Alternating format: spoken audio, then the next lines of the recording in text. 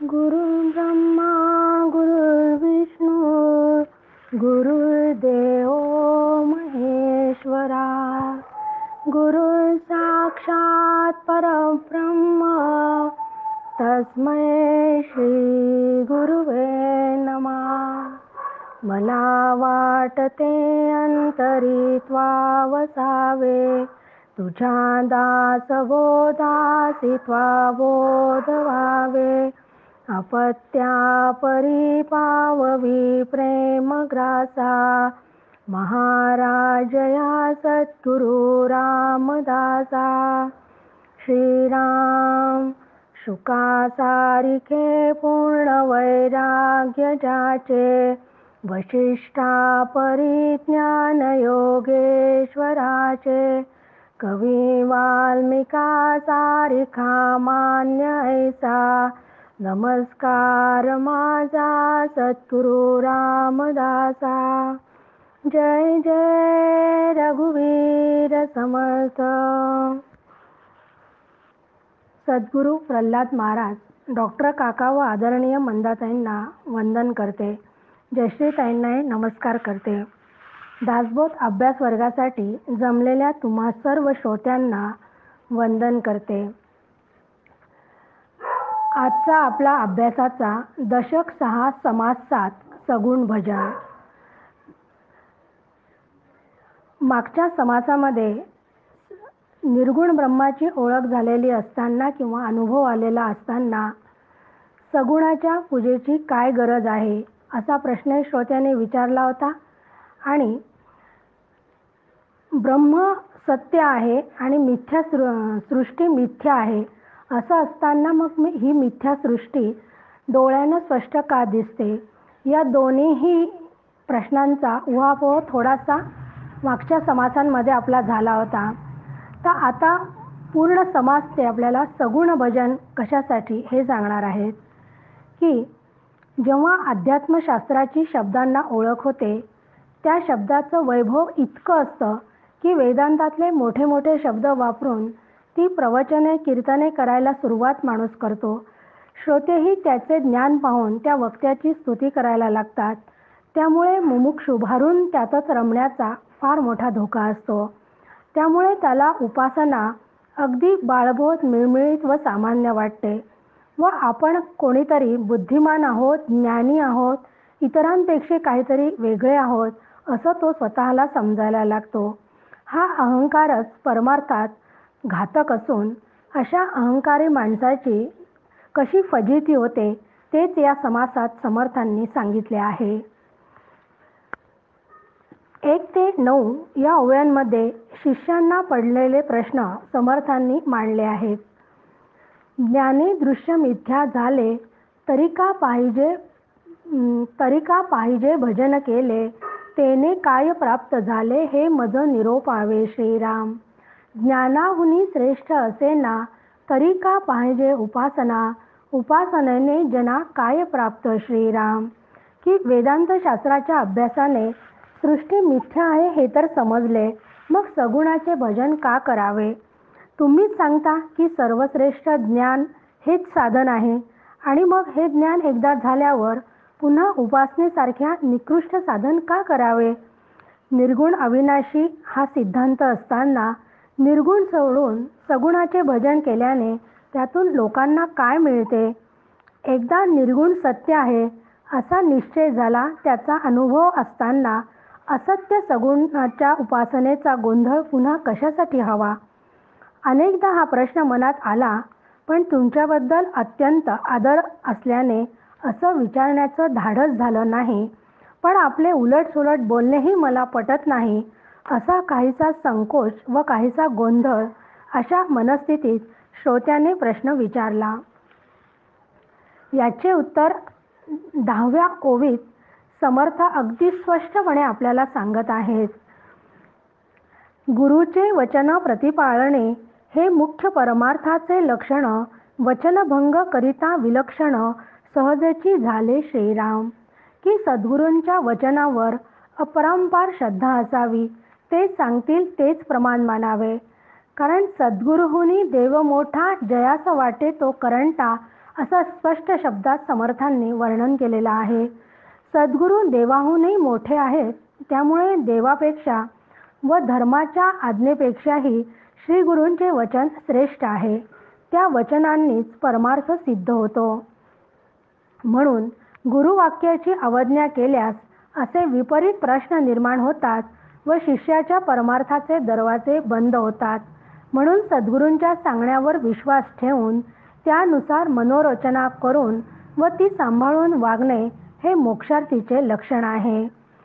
11व्या ओवीत समर्थ आपल्याला सांगत आहे, म्हणून आज्ञेसी वंदावे, सगुण भजन मानावे, श्रोता म्हणे हे देवे, का प्रयोजिले श्रीराम.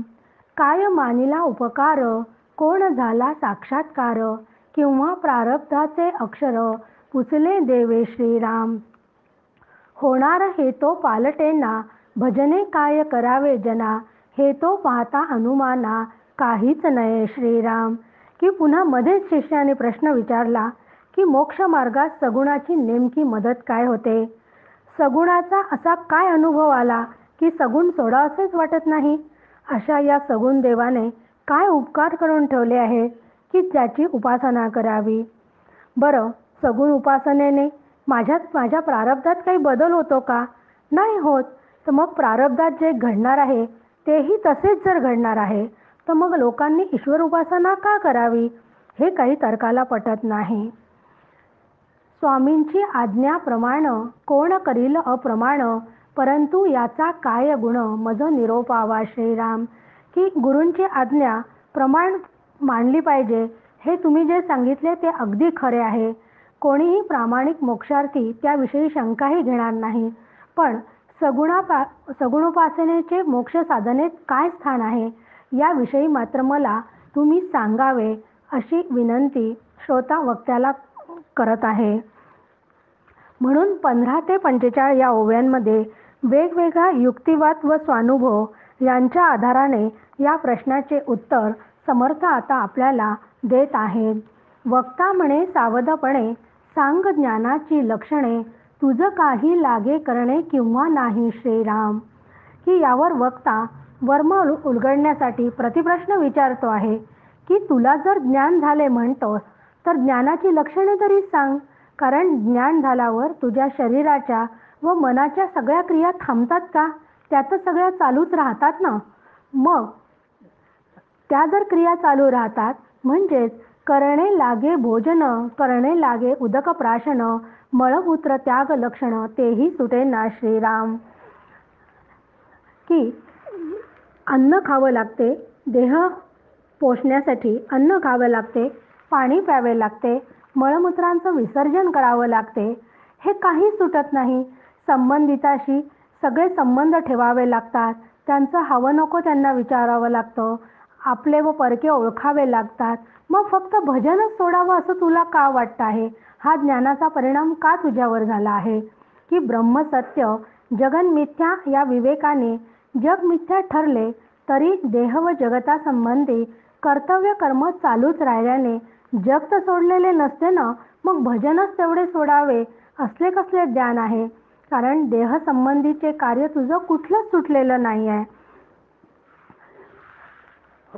म्हणून ते सांगतात की एखादा सत्ताधीश जर आपल्याला भेटला, साहेबाच लोटांगणी जावे, नीचासारखे व्हावे आणि देवास न मानावे, हे कोण ज्ञान श्रीराम. की कोणीच सत्ताधीश भेटला की सगळे लोक त्याच्या पुढे लोटांगण घालतात. प्रमोशन मिळावं म्हणून त्यांच्या हाताखालचे लोकसुद्धा साहेबांची हाजी हाजी करत असतात, लाचारी करत असतात. आणि मग फक्त इथेच मात्र तुला का बरं देवाचं सगुण भजन करावं वाटत नाही? कारण प्रत्यक्ष ब्रह्मदेव, विष्णू आणि शंकरसुद्धा या परमेश्वराची उपासना करतात. त्यांच्या आज्ञेप्रमाणे ते त्यांचं कार्य करतात. मग तू तर जीव आहेस आणि जीव कसा असतो तर तो अल्पज्ञानी आहे, अल्पसाक्षी आहे, अल्पशक्तिवान आहे असा तू मानव आहेस. मग तू त्याची उपासना न केल्याने तुला काय कमी पडणार आहे? आमुचे कुळी रघुनाथ, रघुनाथ आमुचा परमार्थ, जो समर्थाचाही समर्थ, देवा सोडविता श्रीराम. म्हणून फार सुंदर ओवी आहे की समर्थ इथं स्पष्ट उपदेश करतात आहेत की आमच्या कुळी रघुनाथ रघुनाथ आमुचा परमार्थ, की माझ्या कुळात रघुनाथाच्या उपासनेची परंपरा अखंड चालू असते आणि त्या रघुनाथाच्या कृपेमुळेच माझा परमार्थ सिद्ध झाला.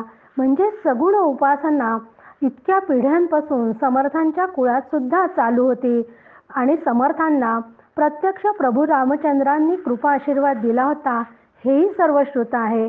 मग अशा सामर्थ्य संपन्न असलेल्या श्रीरामांनी देवांना रावणाच्या बंधनातूनही मुक्त केलेले आहे. मग त्या रामाचे आम्ही सर्वजण दासानुदास आहोत, सेवक आहोत, असं समर्थ स्वतः आपल्याला सांगत आहे की मी रामाचा सेवक आहे. अशा या दास्य भक्तीने आत्मनिवेदन रूप केवळ शब्दज्ञान नाही तर अनुभवाने प्रत्यक्ष समर्थांना झालेले होते. तरी पण ते सांगतात आहे की मी काय करतो तर मी दास्य भक्ती करतो माझ्या रामाची, आणि अशी दास्य भक्ती केली तरच आत्मनिवेदनापर्यंत आपण पोहोचू शकतो. म्हणजेच भक्ती साध्य त्यांची झालेली आहे. मग अशी दास्यरूप उपासना केली नाही तर साधकाचं पतन होणारच हे ठरलेलंच आहे. कारण सद्गुरू काय करतात, सार व असार लक्षणे सांगतात. ते बरोबर आहेत यावर जर विश्वास नसेल तर साधकाला काय केलं पाहिजे, तर त्याचं उत्तम उदाहरण त्यांनी इथं दिले आहे. 23व्या ओवीत, गुरु सांगती सारा सार, त्याच कैसे म्हणावे असार, तुझं काय सांगणे विचार शहाणे जाणती. तू तर स्वतःला सर्वज्ञ समजतो आहेत. मग सद्गुरूंनी जे काही सार आणि असाराची लक्षणे सांगितली आहेत ती बरोबर आहेत की नाही कोण सांगेल. तुला त्यातलं वर्म खरं तर सांगाव्यास लागूच नये. कारण तू सध्या तुझी बुद्धी कशी आहे, सात्विक नाही आहे. सात्विक बुद्धीलाच ही वर्म उलगडतात. म्हणून आपली बुद्धीसुद्धा सध्याच्या घटकेला रज आणि तम या 2 गुणांमुळे ती बद्ध झालेली आहे. म्हणून आपल्याला सत्वगुण वाढवायला पाहिजे. सत्वगुण वाढवल्याशिवाय सद्गुरू काय सांगतात याचं वर्म कदापिही कळणं शक्य नाही. म्हणून जीवाने षडगुणेश्वर ईश्वराची कृपा प्राप्त केली नाही तर प्रारब्ध प्रतिकूलच आहे असं समजावे.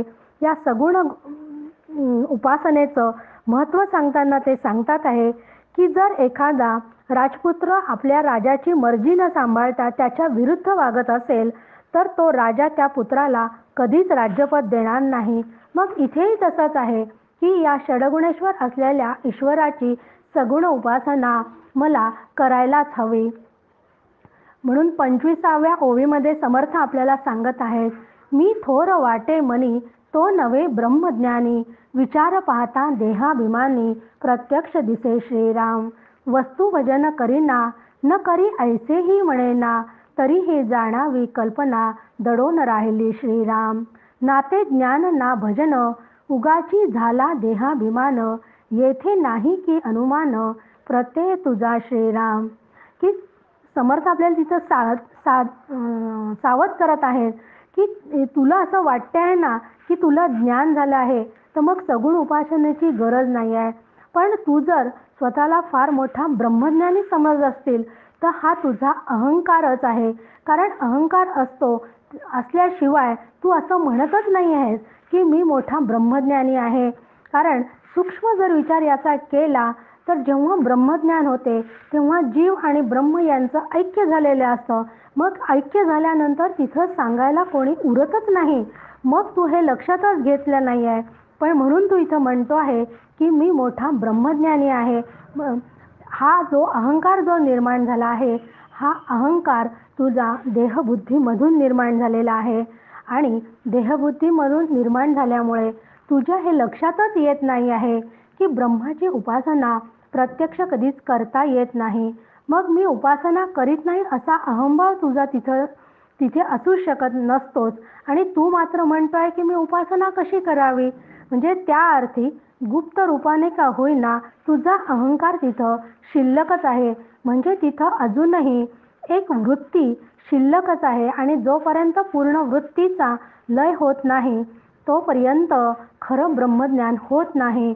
कारण ब्रह्म वृत्तीरहित असल्याने तिथं उपासनाही शक्य नाही आणि ब्रह्माचं ज्ञान झाल्यानंतर मी उपासना करीत नाही ही वृत्ती उमटू शकत नाही एकदा ब्रह्मज्ञान झालं की. म्हणून खरं ब्रह्मज्ञान होत असल्याने तीही उपासना तुला करणे शक्य नाही. पण श्रोता किंवा शिष्य खरा ब्रह्मज्ञ झालेला नसल्याने मी उपासना का करावी असा अहमभावातून त्यांनी तो प्रश्न विचारलेला आहे. मग इथे काय झालं आहे की त्याला सगुण उपासना पण करावीशी वाटत नाही आणि पूर्ण ब्रह्मज्ञान पण झालं नाही आहे. म्हणजे धड ना ब्रह्मज्ञान ना धड उपासना अशी अवस्था झाली आहे. ही अवस्था होण्याला एकमेव कारण आहे की तुझा देहाभिमान शिल्लक राहिला आहे. याचा तूच विचार कर आणि तूच ठरव की खरंच तुझा देहाभिमान अजून तसाच शिल्लक आहे.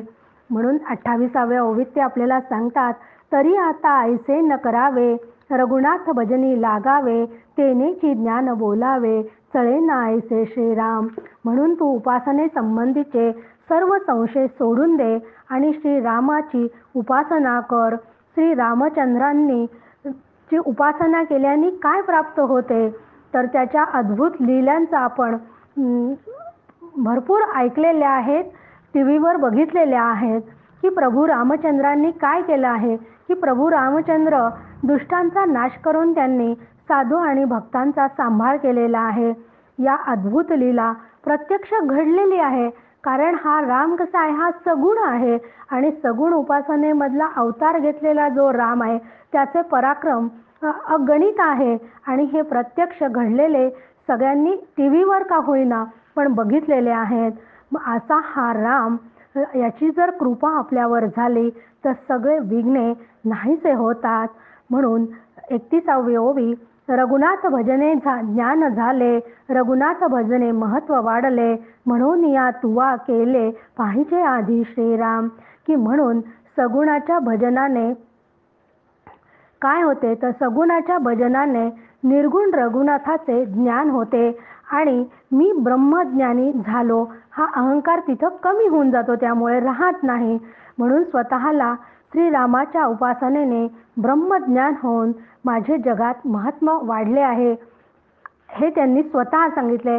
कारण समर्थांचा हा अनुभव आहे आणि समर्थ त्यांना अनुभव आल्याचं सगळं श्रेय आपल्या श्री गुरूंना आणि आपलं दैवत असलेल्या श्रीरामाला देतात आहे.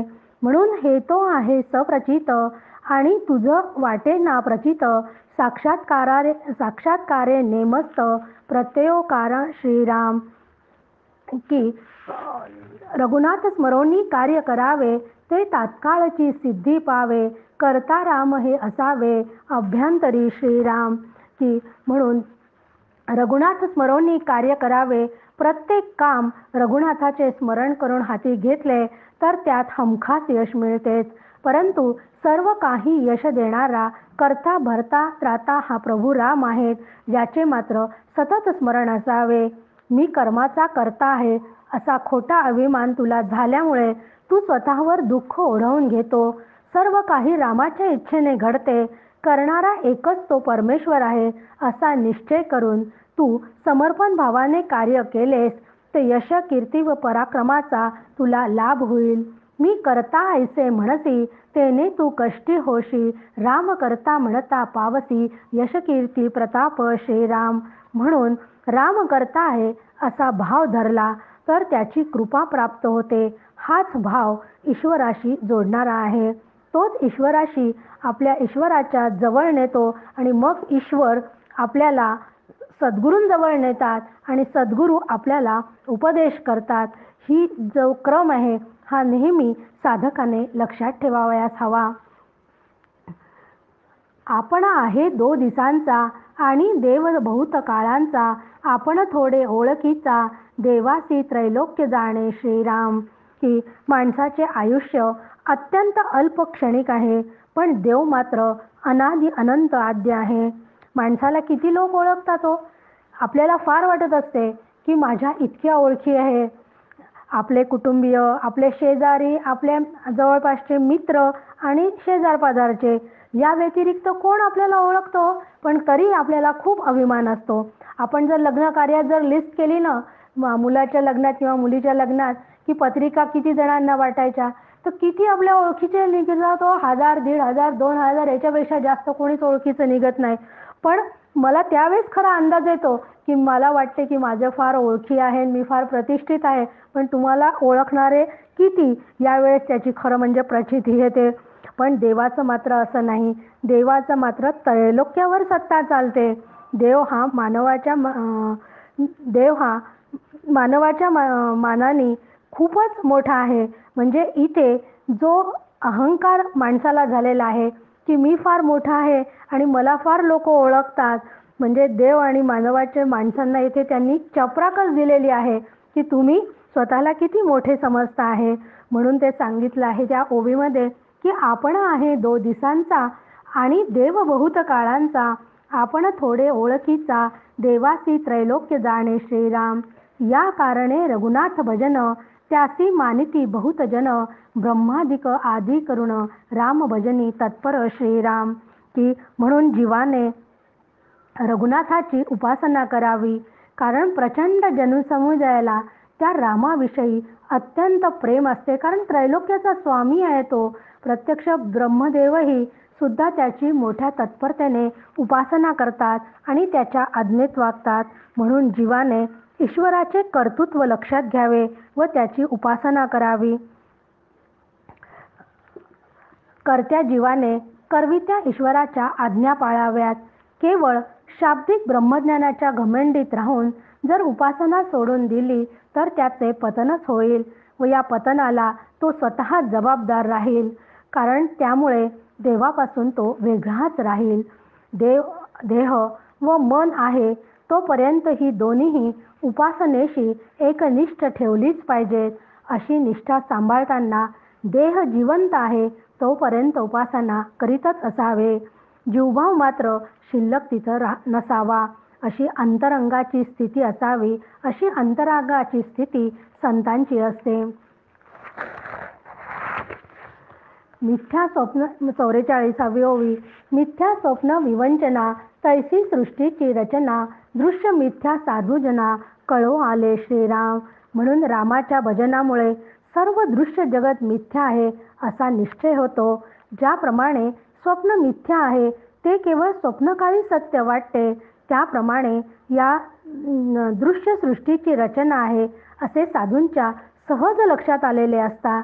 त्यामुळे प्रत्येक वेळेस सगुणाचीही उपासना करत असताना त्यांना निर्गुणाचा अनुभव आलेला असतानाही त्यांचं मात्र सगुणातली उपासना तितक्याच आर्ततेने ते करत असतात. आणि असे हे संत साधू दृश्य सृष्टीचा निराश केल्यावरही ही दृश्य सृष्टी समोर दिसत असतानाही ही खरी नाही यांचा निश्चय पक्का असल्यामुळे ते काय करतात, तरीही त्या सगुणाची उपासना करतात. म्हणून दास्यभक्ती करणारे हनुमंताचे उदाहरण आपल्याला फार डोळ्यासमोर आहे. कारण हनुमंत हे दास्यभक्तीचं उदाहरणासाठी आपण नेहमी वापरतो. कारण हनुमंत कसे आहे तर बुद्धिमंत आहेत आणि असं हनुमंताचं वचन आहे की मी देहबुद्धीने तुझा दास आहे, जीवबुद्धीने मी तुझा अंश आहे आणि आत्मबुद्धीने तू आणि मी एकच आहोत. हे वचन जर सगळ्यांनी लक्षात ठेवले तर मी अकर्ता आत्मा आहे असा अनुभव आपल्याला येईल. आणि त्यासाठी देहबुद्धीने सतत सगुणाची उपासना करावी आणि मग आत्मबुद्धीने तू आणि मी एकच याचा अनुभव घ्यावा. आणि त्यासाठी सगुण उपासना रामभजनानेच दृश्य विश्वाचे मिथ्यत्व कळते.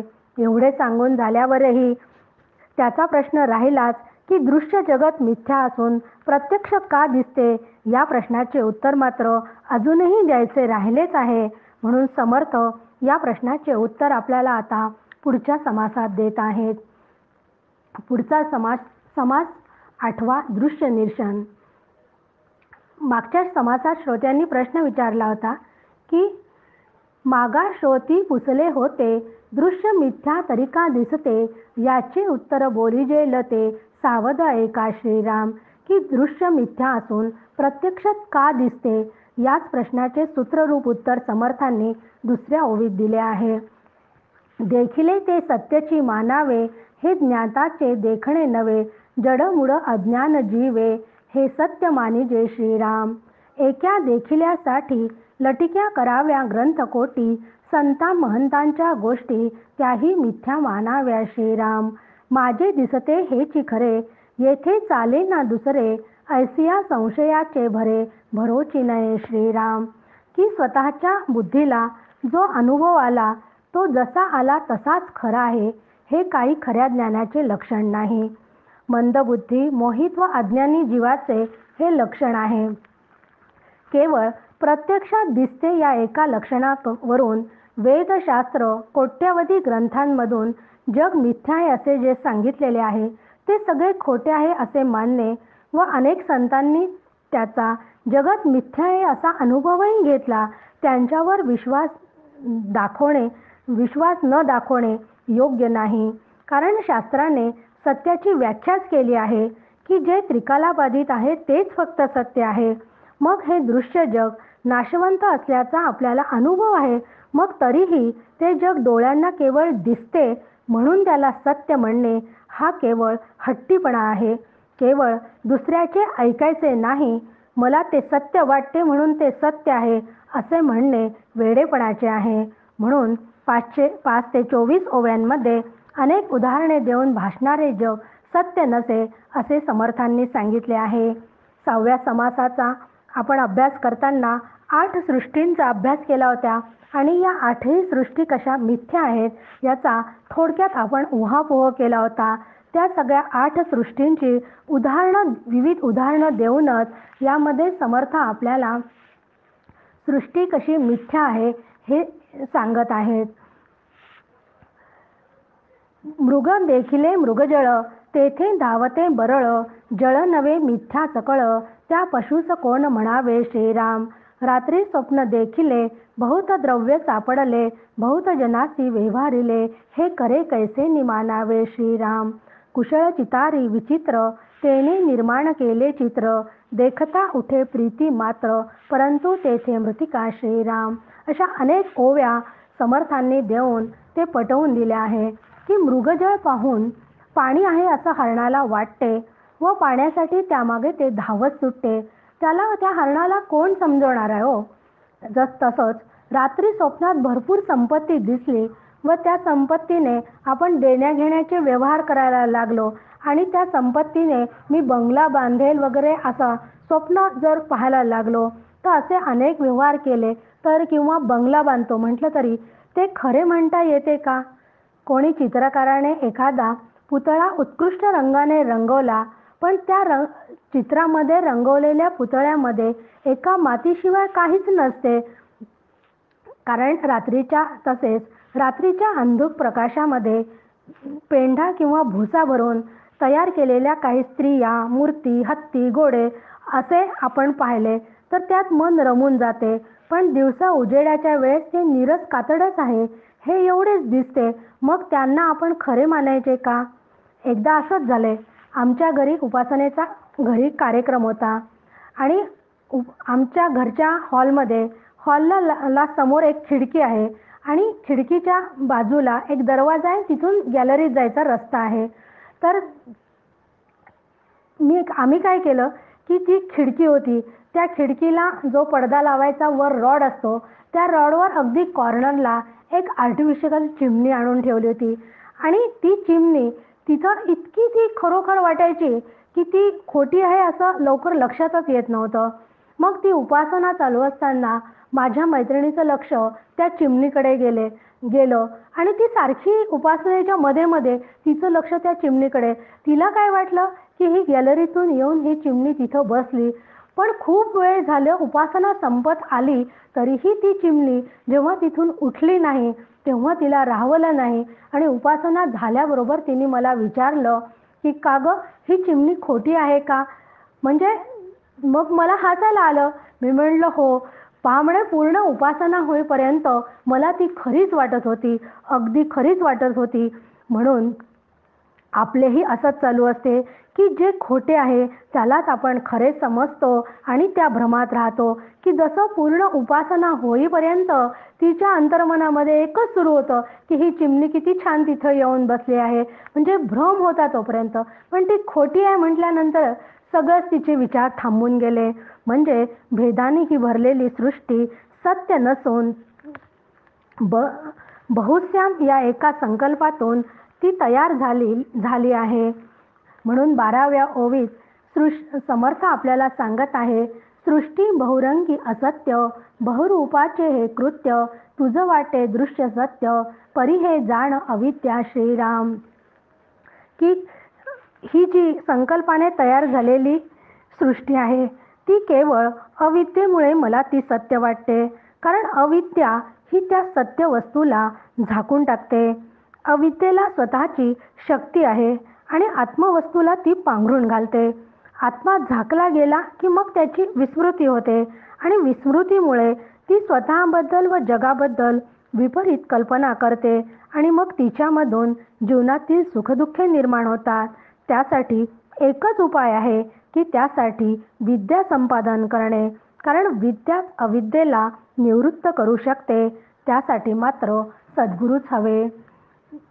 मिथ्या साचा सारिखे देखिले, परी ते पाहिजे विचारिले, दृष्टी तरळता भासले, ते साच कैसे मानावे श्रीराम.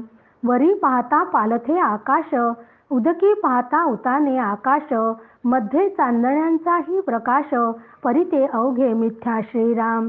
की मिथ्या जगत सत्य वाटते ते ज्ञानदृष्टी नसल्यामुळे आपल्याला वाटत असते. आपण जर आपला डोळा बंद केला आणि त्याला बोटाने जर असं दाबलं तर आपल्याला एकाच्या ऐवजी दोन वस्तू दिसायला लागतात. लहानपणी आम्ही असा हा खेळच खेळायचो की तो डोळा असा बोटाने अंगठ्याने तो दाबायचा तर मग समोरचे एक वस्तू असली तरी ती दोन दिसायला लागायची. कारण एक असताना ती दोन दिसतात आहे याचं खूप नवल वाटायचं आणि तो खेळच खेळायचो. तसंच शेतामध्ये आम्ही रोज उन्हाळ्याच्या सुट्ट्यांमध्ये शेतात जात असू तर मग आम्ही सगळे भावंडं मिळून शेतात गेल्यावर तिथेही आम्हाला तो एक खेळच असायचा की तिथं हौदामध्ये खूप पाणी असायचं आणि ते पाणी स्थिर झालं की एखादी काडी त्याच्यात टाकली की ती काडी आम्हाला तिथं सरळ काडी टाकली तरी ती वाकडी तिकडी झालेली दिसायची. तसंच सूर्याचं प्रतिबिंब त्याच्यात पडलं की सूर्य तर तसा पाहिला तर स्थिर असतो किंवा चंद्रसुद्धा स्थिर असतो. पण त्याचं जर पाण्यात प्रतिबिंब दिसलं की ते पाण्याच्या प्रतिबिंबाबरोबर तो सूर्यसुद्धा आपल्याला हलल्यासारखा दिसतो आणि ते हलणं फार पाहायला मजा वाटायची. मग ते आम्हाला सत्य आहे का काय असं वाटायचं. कारण लहान असल्यामुळे काहीच समजत नव्हतं. म्हणून तेव्हासुद्धा बघा किती आपल्याला लहानपणीसुद्धा भ्रम होत असतो या गोष्टींचा. म्हणून जे दिसते ते सत्य नाही. सत्य की मिथ्या हे विचाराने समजून घ्यायला हवे. आंधळेपणाने विश्वास न ठेवता त्याला विचारांच्या कसोटीवर त्याचे सत्यत्व पडताळून पाहायला हवे. नदीच्या काठावरून कोणी गवताचा भार घेऊन चालू लागला तर नदीतही त्याचे उलटे प्रतिबिंब दिसते. डोंगरांच्या कड्यासमोर कोणी बोलले तर त्याचा प्रतिध्वनी ऐकू येतो. विदर्भात चिखलतारा हे एक पर्यटन स्थळ आहे. ते अतिशय सुंदर निसर्गरम्य असं ते ठिकाण आहे. म्हणजे निसर्गाचं अप्रतिम सौंदर्य तिथं पाहायला गेलं की मिळतं. तर तिथे अनेक असे पॉईंट्स आहेत पाहायला. तर तिथं पंचबोल नावाचा एक पॉईंट आहे. तर तिथे आम्ही जेव्हा गेलो तर आम्हाला समजलं की या पॉईंटवर ओंकाराचा उच्चार केला की तो लांब दिसणाऱ्या खोल त्या दरीत आणि त्या समोरच्या उंच डोंगरावरून आपल्याला तो प्रतिध्वनी ऐकू येतो. मग तिथेही आम्ही तो प्रयोग करून पाहिला की तो प्रतिध्वनी खरोखरच ऐकू येत होता. पण तो खरंच ऐकू येत होता हा सुद्धा भ्रमच आहे. पण त्यावेळेस मात्र ते सत्यच वाटत होते. पण हा सगळा भासच आहे. मांडुक्य कारिकेत पण सांगितले आहे की एखादी मशाल पेटवलेली मशाल जर अशी आपण फिरू लागलो तर त्याचा गोल अग्नीचा आकार गोल गोल झालेला दिसतो. पण तो केवळ भासच असतो. तलवारसुद्धा वेगाने फिरत असतील तर त्या दोन भासतात. काच महालातही एकच वस्तू अनेक आहेत असा भास होतो. या सर्व गोष्टी अनेक आहेत असे भासले म्हणून त्या खऱ्या मानायच्या का? मायेच्या प्रभावामुळे दृश्य जगत सत्य असल्याप्रमाणे आपल्याला वाटते, पण ज्ञानाने ते खरे मानू नये. कारण मशाल फिरू लागली की तिचा भास दुसऱ्या कुठल्याही कारणाने होत नाही. फिरणे थांबले की तिचा झालेला भास दुसऱ्या कशात लीनही होत नाही व मशालीतही तो लीन होत नाही. त्याचप्रमाणे जग झालेलेच नाही असं शास्त्र सांगते. अगा जे झालेच नाही त्याची वार्ता पुसशी काही. मग जग झालेलेच नाही अशा भ्रमामुळे ते सत्य वाटते आपल्याला. ते कशापासून निर्माण पण झालेले नाही आणि कशात ते लीनही होत नाही. म्हणून ही सृष्टी, हे जग केवळ भासच आहे आणि भास काळीच सत्य वाटतो. हे सर्व जाणत्याकडून समजून घेतल्याशिवाय लक्षात येत नाही. म्हणून मायेच्या प्रभावामुळे दृश्य जगत सत्य वाटते, पण ज्ञाताने ते खरे मानू नये. लटिके साच्या 25वी ओवी. लटिके साच्या ऐसे भावावे, तरी पारखी कासया असावे. एवं ये अविद्येचे यावे, ऐसेची असती श्रीराम. की सामान्य माणसाला काच व हिरा यातील फरक कळत नाही व कळला नाही म्हणून काचेला हिरा म्हणता येत नाही. म्हणूनच हिरा ओळखण्यासाठी रत्न पारख्याची आवश्यकता असते. त्याचप्रमाणे अविद्येमुळे दिसणारे जगत सत्य वाटते, पण श्री गुरुरूप रत्न पारख्याला ते दाखवले असता ते मिथ्या ठरते. 26 ते 33 ओव्यांचा आता गट आहे. मनुष्यांची बाजीगरी बहुत जनास वाटे खरी, शेवट पाहता निर्धारी मिथ्या होय श्रीराम. की या 26 ते 33 या ओव्यांमध्ये अनेक पौराणिक कथांचे संदर्भ देऊन, कपट विद्यांची उदाहरणे सांगून, त्या विद्या ज्याप्रमाणे आपल्याला फसवतात त्याप्रमाणे माया माणसाला फसवते. की जादूकाराने दाखविलेले दृश्य बहुतेक सर्वांना खरी वाटतात, प्रत्यक्षात ती सर्व फसवी असतात. तशीच ही मायासुद्धा फसवी आहे. टीव्हीवर आपण अनेक पौराणिक कथा सिरियल्स पाहत असतो, तेव्हा त्यात मायेने राक्षसांनी वेगवेगळी घेतलेली रूपे पाहतो. देवतांनाही ती खरी वाटतात. कारण का वाटतात? कारण रामायणात आपल्याला दाखवलं होतं की मारीचाने मायावी हरिणाचे घेतलेले रूप न ओळखून रामाने त्याचा पाठलाग केला. हे रामायणात आपण पाहिलेले आहे. काही राक्षसे पाहिले की ते शरीर सोडून दुसरे धारण करतात. काही रक्ताच्या एका थेंबातून पुन्हा प्रगट होतात. सीतेला भय वाटावे म्हणून रावणाने राम लक्ष्मणांची मायावी शरीरे तयार केली होती. अशा कपटी राक्षसांचा, दैत्यांचा पराभव करण्यासाठी देवतांनी अवतार घेऊन त्यांचा नाश केला. साधकाने लक्षात घ्यावे की माणसाने केलेले जादूचे प्रयोग, राक्षसांनी घेतलेली रूपे किंवा इंद्रजाल व भगवंताची माया या सगळ्यांचे स्वरूप सारखेच आहे. ही सर्व सत्य वाटतात, पण त्यांचा शोध घेतला की लक्षात येते की सत्य नसून तो केवळ भासच आहे. सत्य म्हणावे म्हटले तर प्रत्यक्ष दिसते. सत्य म्हणावे म्हटले तर डोळ्यांना ते प्रत्यक्ष दिसते व असत्य मानावे तर त्याचे ज्ञान झाले की त्याची निवृत्ती होती, म्हणजे त्याचं मिथ्यत्व लक्षात येते. म्हणून हे शिष्या, तू लक्षात घे की दृश्य जगत सत्य नसून तो मायेचाच आभासिक विस्तार आहे. जे दिसते ते सर्व स्वप्नवत आहे असा निश्चय कर.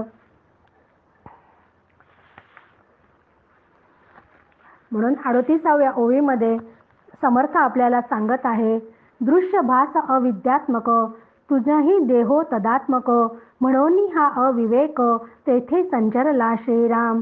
की हे दृश्य जगत जसे अविद्येचे घडले आहे, त्याचप्रमाणे तुझा जो देह आहे तो अष्टधा प्रकृतीचा असून अविद्येनेच घडलेला आहे. म्हणून तू जे स्वतःला मी देह समजतो व माझे जगत असे समजतो, या भ्रमामुळे या जगाला व देहाला तू सत्यत्व दिले. याचे कारण या देहातील अंतःकरण वृत्तीने तू दृश्य जगताचे ज्ञान करून घेतोस, पण हे अंतःकरणही अविद्येचेच रूप आहे आणि अंतःकरण सूक्ष्म देहात असते आणि त्यालाच लिंगदेह म्हणतात. मग त्या लिंगदेहात कसा तयार होतो? तर 5 ज्ञानेंद्रिये, 5 कर्मेंद्रिये, 5 प्राण, मन, बुद्धी अशी 17 तत्वे मिळून लिंगदेह तयार होतो आणि हा लिंगदेह सुद्धा मिथ्या आहे. त्यामुळे त्यापासून होणारे ज्ञान ही मिथ्याच आहे आणि ते अविद्यात्मकच असते. अशी देहबुद्धी आता म्हणजे तू घट्ट पकडून बसल्यामुळे देहबुद्धीला धरून ब्रह्माचा वेध घेण्याचा प्रयत्न केला जातो, तेव्हा तो एखादा पर्वताप्रमाणे जग त्याच्यासमोर आडवे येते. म्हणून देहबुद्धीने तू जे घट्ट पकडून ठेवले आहे आणि या जगाला सत्यत्व देत आहे, तर हे ज्ञान तू देहबुद्धी सोडल्याशिवाय तुला हे ब्रह्मज्ञान होणार नाही. म्हणून तू लक्षात घे की 45वी ओवी, आता असो हे बोलणे ब्रह्म न पाविजे मीपणे, देहबुद्धीचे लक्षणे दृश्य भाविती श्रीराम. अस्तीचा देही पाशांचा डोळा, पाहेन म्हणे ब्रह्माचा गोळा, तो ज्ञाता नव्हे आंधळा केवळ मूर्ख श्रीराम. की आतापर्यंत देहबुद्धीनेच तू सगळा ज्ञान करण्याचा प्रयत्न करत होतास. त्यांनीच ते ज्ञान करून घ्यायचे आहे, पण ते ज्ञानसुद्धा मिथ्या आहे हे लक्षात ठेवायला हवे. कारण देहबुद्धी हा अज्ञानाचा परिणाम आहे आणि अज्ञानामुळेच हा सगळा तुझा गोंधळ झालेला आहे. जोपर्यंत देहबुद्धी शिल्लक आहे तोपर्यंत अहंकारामुळे ब्रह्मज्ञान होणार नाही. हा देह ज्या हाडामासांनी बनलेला आहे त्यातील काही पेशी एकत्र येऊन डोळा हे इंद्रिय तयार झालेले आहे आणि या पेशीही शरीरातल्या असल्यामुळे त्या पेशीही अचेतन आहे आणि अचेतन पेशीपासून तयार झालेल्या डोळ्यांनी ब्रह्म पाहीन असं म्हणणारा ज्ञाता नाही, तर तो मूर्ख व आंधळा असतो. अचेतनाने चेतनाचे ज्ञान कधीच होत नाही. म्हणून जे जे डोळ्याला दिसते कळते ते सर्व काळाच्या उदरात गडप होते. म्हणून जे दृश्य जगत व माझा देह तुला दिसतो आहे तोही काळाबरोबर संपणार आहे. ब्रह्म मात्र डोळ्यांना दिसत नसले तरी तेच अविनाशी सत्य नित्य आहे व माया विनाशी अनित्य आहे असं वेदांतशास्त्र ठामपणे सांगते. यावर श्रद्धा ठेव. ही श्रद्धा दृढ होण्यासाठी तुला देहबुद्धीचा निराश करावा लागेल. म्हणून पुढील समासात समर्थ आपल्याला देहबुद्धीचे लक्षणं सांगणार आहेत आणि देहबुद्धीचे लक्षणं सांगताना खरा मी ओळखायचा आहे. कारण भ्रामक मी हा अहंकार रूप असल्यामुळे त्या भ्रामक मीतून मला सोडून सगुणातून निर्गुणापर्यंत प्रवास करायचा आहे. तरच मला आत्मसुखाने होणारे समाधान आपल्या ठिकाणी सुस्थिर होईल असं समर्थ आपल्याला सांगत आहे. जय जय रघुवीर समर्थ.